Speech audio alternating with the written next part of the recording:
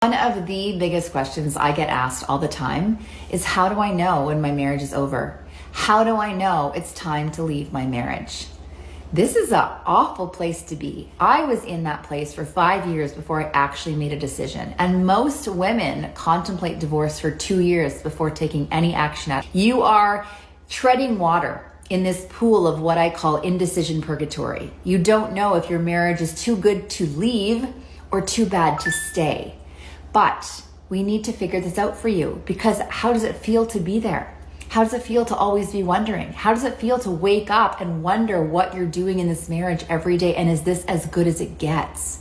I've been where you are. I pondered that question for 5 years before I did anything about it. And over time, I just built up so much more resentment and fear because I didn't know what to expect. What I offer you is this. I have an on-the-fence strategy session where we will dig deep, you and I, for 90 minutes and really take a good look at your relationship. We're going to look at where you've been, how you got here, what you've done in the past to improve it, what you're willing to do next, and look at the 2 different paths possible. What does it look like if I stay? What do I need to do? What does it look like if I go? What does that look like? We'll work through that together so that by the end of 90 minutes, you'll have more clarity and feel a lot more relief to know what path to choose. Welcome back to the channel where we dive deep into the red pill realities of relationships, dating, and the modern world of men. In today's video, we're going to explore a topic that's been on the minds of many women who regret divorcing their husbands. You've probably heard the phrase hitting the wall, and while it's often used in a derogatory sense today, we're going to take a more thoughtful approach to understand what happens when women who walked away from their marriages find themselves wishing they hadn't. Divorce is never an easy decision. It can be the result of years of dissatisfaction, irreconcilable differences, or personal growth. But today we're focusing on the stories of women who made that decision and later regretted it. What's really going on in these situations? Let's break it down. The emotional aftermath of divorce. Night I come home and my wife said, Andy, we've learned to live without you. Like, me and the kids live without you. You're not here. First I get defensive and I'm like, what are you talking about? I'm like, babe, look at the house. Look at where we live. Look at your car. Look at all this stuff. She goes, Andy, when you come home at the end of the day, you're exhausted. You're beat. You literally save 0 special energy for your family. We get leftovers. You think coming in and, hey babe, love you, and then sitting on the couch and high-fiving the kids is the man we want? Are you serious? So what are we gonna do? I can just remember, man, I felt like I'd been deceived, and I had been deceiving myself is what happened. I had lost my way. I realized I'd looked in the mirror, I'd become fat, was losing my edge. I didn't even recognize myself. I thought that the paycheck was the value I was as a man. And you know what I realized? Dude, I need to change, and I need to change now. In Jordan Peterson's book, 12 Rules for Life, there's a rule that says, treat yourself like someone you are responsible for helping. First things first, emotions. Divorce doesn't just involve legal paperwork and asset division. For many women, it's an emotionally turbulent journey. At first, they may feel empowered by their decision, thinking they've gained freedom. But in the aftermath, reality often sets in. But then comes the loneliness. That initial rush of liberation fades, and the reality of being alone starts to hit. No longer is there the comfort of a partner to share daily life with. Many women, especially as they age, begin to realize that the grass was not greener. The impact of age. One factor that plays a huge role in regret after divorce is the impact of age. Let's face it, as women age, the dating scene becomes increasingly difficult. What may have seemed like an easy decision at 30 doesn't feel the same at 45. The reality is, people's value in the dating market tends to change over time. By this time, many women might have children from the previous marriage, making dating even more complicated. Their pool of potential partners shrinks, and they may feel like they've missed out on a relationship that was once full of promise. Financial strain and logistical challenges. Another challenge? Financial strain. Divorcing often leads to a massive shift in lifestyle. The dual-income household becomes one, and for some women, the financial burden becomes overwhelming. And if children are involved, co-parenting brings its own set of difficulties. The reality of managing schedules, finances, and emotional well-being can sometimes make women wish they had worked things out with their former husbands rather than face the chaos of single parenthood. The influence of social media and the hype of divorce. Let's not forget the influence of social media and societal trends. Many women, particularly in their 20s and 30s, are surrounded by voices telling them to live their best life, find yourself, or even leave that man who doesn't appreciate you.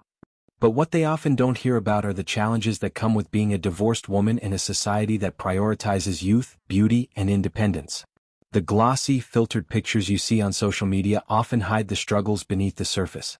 The pressure to stay happy and fulfilled can actually leave many women feeling worse once they've made that irreversible choice. The wisdom of regret.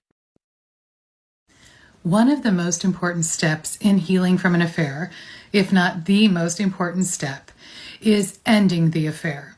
And in my book, The Courage to Stay, I talk about how important I think it is to send a breakup letter to the affair partner. The reason why is we really want to communicate to both the hurt partner and the affair partner that the affair is completely done. There should be no more contact. There should be no more conversations. That phase of our life is over. So in the book, I give you a sample affair letter, basically a sample breakup letter. And I thought I would read it to you now, and you can tell me what you think.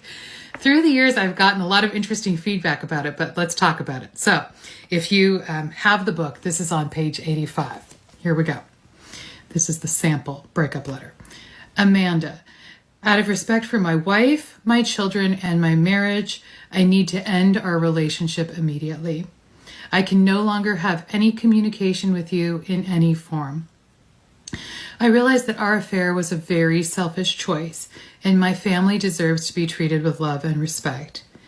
While I cannot undo the choices I've made or the pain I have caused to my family, I can work diligently to make amends for my behavior. I love my family deeply, and I will no longer do anything to risk their happiness. I will not be contacting you further, and I ask that you do the same. I do not want to see you or hear from you.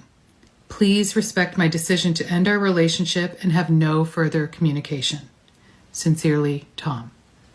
So what do you think about this breakup letter? What would you add to it? What would you take away? I'll tell you a little bit later about the feedback I often get and why I worded things the way I did. So look forward to your thoughts. Now let's talk about regret. For some women, the feeling of regret sets in when they realize that they've lost something precious, their family. Children grow up, and the reality of shared custody becomes a painful reminder of what once was. And here's the thing, regret doesn't always mean they want their husbands back. It often means they wish they had communicated better, been more patient, or worked harder to make the marriage work. So what's the takeaway here? Divorce isn't a one-size-fits-all decision. Some people regret it, some people don't. For those who do, it's a reminder that relationships take effort, understanding, and commitment. Sometimes, the grass isn't as green as it seemed from the other side. And if you're a man who's currently in a marriage, take this as a lesson. Pay attention to the red flags, invest in communication, and make sure you're not taken for granted. And to all the men out there who've been through divorce, you're not alone. Thanks for watching. If you found this video insightful, don't forget to like, comment, and subscribe for more content like this. And as always, stay red-pilled and take control of your own future. Y'all check out this coffee date shit. I've said it before and I'll say it again. These men that want to take you out to coffee for a first date, they don't like you. Actually, he's more into getting to know who you are than someone that takes you on an expensive date because he's giving you his undivided attention and he's not trying to manipulate you with money. They just want to see if you'll be there so they can come back and pick you up and play with you whenever they want. Oh, really? All the men in the comments are like, that's not true. Wouldn't they know? Because they are men. This is what men who want to go on coffee dates do. What exactly do they do? They want to be your pen pal. They want to reach out to you when they're feeling like they need some type of emotional connection and they need to remind themselves that they're still alive, but they don't actually want to take you seriously. They don't want to take you anywhere. First dates are like job interviews. You talk to the person to get to know them to see if you even want to move them to the second step of the hiring process. Why take them to an expensive restaurant and they might not be qualified for the job? Go to the coffee shop, you get to know if they're qualified or not qualified enough for the job. At expensive restaurants, you're not paying attention to each other. You're paying attention to the food and all the ambience that's going on in the restaurant. At a coffee shop, you actually are paying attention to this person and getting to know this person to see if you want to hire them for the job. And that wraps up today's episode of Manosphere Daily. If you enjoyed the content, give it a like. Be sure to subscribe and hit the notification bell so you're notified as soon as a new video is out. Share your thoughts in the comments below. See you all tomorrow.